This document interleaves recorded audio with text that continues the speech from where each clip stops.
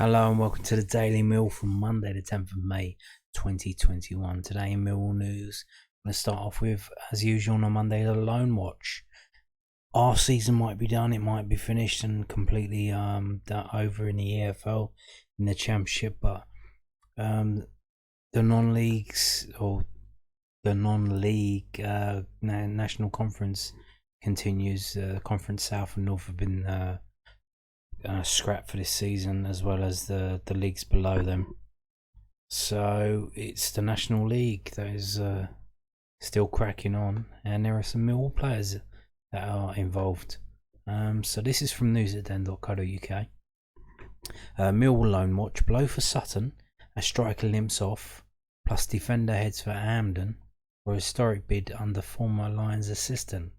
Millwall centre-back Alex Mitchell helped Bromley to another clean sheet as they held top of the table Torquay at the weekend, but the 0-0 draw dropped playoff chasing Bromley out of the top 7 to 9th. Bromley are away at Wealdstone on Tuesday, that's tomorrow. Sutton suffered a blow before they faced Weymouth when Lions striker Isaac Olofi pulled up in the warm-up, but the South Londoners didn't let it affect them as they won 2-0 through goals from former Millwall midfielder Craig Eastman and also Donovan Wilson. Sutton are 2 points behind Torquay with a game in hand, so they got that. They've got back. They lost against, I think it was Notts County. They lost against last week, and that basically screwed them because they have the game in hand, but I think Torquay were like 4 points ahead of them. So now with them Torquay drawing with Bromley, but Sutton winning, it's swung back the other way now, and this is going to be a real, really interesting end to the season for the National Conference National, especially when you've got like Sutton United who've never been in the league before, and you got Torquay United who are been there and done that. They're trying to get back up there. And they really are the biggest team in the Conference National at the moment. I believe, maybe Notts County would have a claim on that, but it's going to the wire, it seems, and it's swung back towards Sutton United, who have got that game in hand, and they're playing Woking on Tuesday night. That's tomorrow. Also in National League, midfielder Sam Skeffington saw more action in Barnet's 4-1 defeat at home to Notts County, who moved into the playoff spots. So Sam Skeffington played, but sadly it was a defeat, and they give all the goal scorers there. But they've changed it now. I think they figured on Barnet at bottom of the league after Dover's season was expunged. Yeah, there's no relegation. I think they've sussed that out. The last couple of loan watches they put that in a story, but there's no relegation this year because the Conference South and North were abandoned. So who's going to get promoted? If you get teams relegated, who's getting promoted? So anyway, let's move on now. So in Scotland, St Johnstone boss Callum Davidson is on the verge of leading St Johnstone to an unprecedented domestic cup double. The Saints defeat St Mirren 2-1 in their Scottish Cup semi-final after 2 goals in 3 second-half minutes.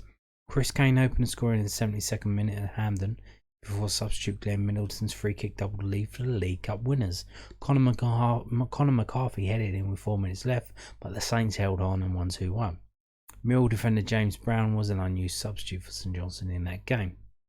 In his first season as a full-time boss, former Lions assistant Davidson will lead his side out at Hampden against Hibernian on May the 22nd. Hibs defeated a Dundee United side that included ex-Millwall midfielder Callum Butcher 2-0 in the other semi-final. After winning the League Cup in February for the first time in their history, the Saints are now aiming for a second Scottish Cup triumph, and first since 2014 when Davidson was assistant to Tommy Wright. Davidson said, "It's been a really tough week for us, but the effort and character has been tremendous. I'm just glad we're in the final. The season will carry on. I'm so delighted." So that's your loan watch of the loan players of Millwall. We're still playing even though Millwall's season is finished. So let's keep an eye on them, see how they do. Wish them well. Hope they do alright. So sounds a bit worrying for Isaac Alofi. I hope he's okay. Going and getting injured in the warm-up. We'll see tomorrow if he plays tomorrow. He might be on the bench. We don't know. We'll keep an eye on that anyway. So they're moving on now. So Gary Rowett's been speaking some more words to the press. This is also from news@den.co.uk, and this is about Zahore. Millwall boss on strikers' early return to West Brom, plus whether youngsters need loans away. Millwall boss Gary Rowett explained why Kenneth Zahore was not involved in the last game of the season against Coventry City. Zahore joined on loan from West Brom last October and returned to his parent club before the final day. The centre-forward played just 19 games for the Lions and scored 3 goals as injuries disrupted his time in South London. Another loanee, Ryan Wood, started in the 6-1 defeat at St Andrews. I didn't see the point in putting Ken on for 15-20 minutes, Rowett said. I didn't think that would be respectful. Woodsy has been a far bigger part of the group in terms of games, so he played today. Sometimes you're trying to get players on the pitch who haven't had game time. You're hoping we get a result off the back of it. The likes of Tyler, just give him a bit of an extended run out to see what he can do. Whilst I was a little bit disappointed with the impact of our subs, I was also disappointed with the impact of the players that started.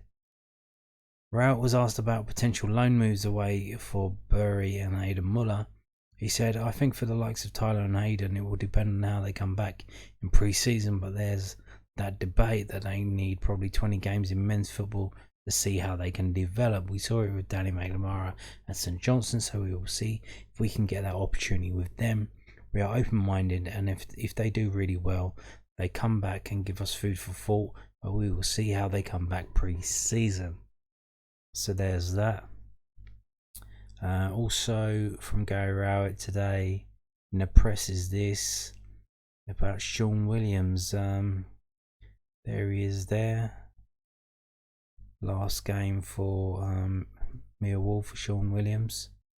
Mill boss, this is from londonnewsonline.co.uk, South London Press's online website. Mill boss Gary Rowett confirms he will fill coaching vacancy after Sean Williams' departure.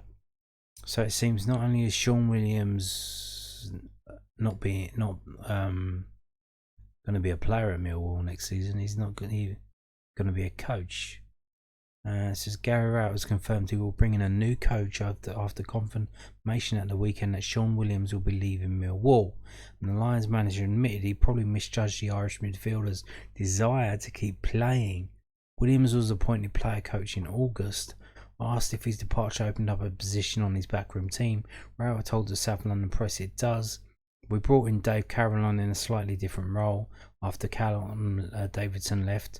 One of the reasons was I wanted to try and find a solution with the group, and I felt Willow could do that. I probably underestimated just how much Willow wanted to play.